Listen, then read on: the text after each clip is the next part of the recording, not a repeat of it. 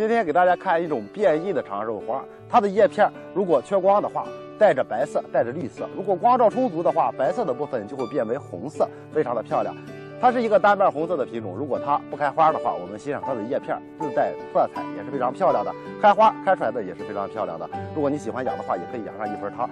但是呢，这种长寿花在个人手里很难找到。小齐也是，它长得慢，繁殖了很长时间才繁殖了100来颗。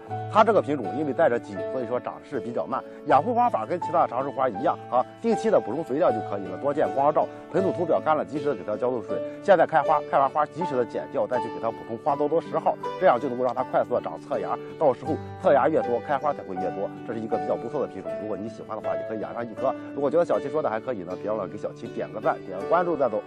今天呢，给大家看一种彩色的法师。我手里拿的这盆叫做红富轮，红富轮属于3仙之一，它的颜色呢是比较丰富的，而且出状态以后非常的漂亮。它本身很难长得很大，不像其他的法师能够长得很高很大，头也非常的大。你看它现在长得只是一个小小的头放在上面，非常的漂亮。小齐呢今年去扦插了也不多，扦插了几百颗，整体的状态也是全出来了，一席子全是红红的颜色。这个品种呢在家中养护的话非常的简单，只需要多见光，少浇水，定期的去给它补充一下花多多10号，1个月1到2次就能够让它长得非常的快速。想要让它出状态，稍微控水，尽可能少浇水，多见光，就把状态养出来了。它是非常好养的一个品种，也是在彩色的一个品种。如果你喜欢的话，也可以入手一颗。好了，今天就到这里吧。如果觉得小齐说的还可以，别忘了点个赞，点个关注再走。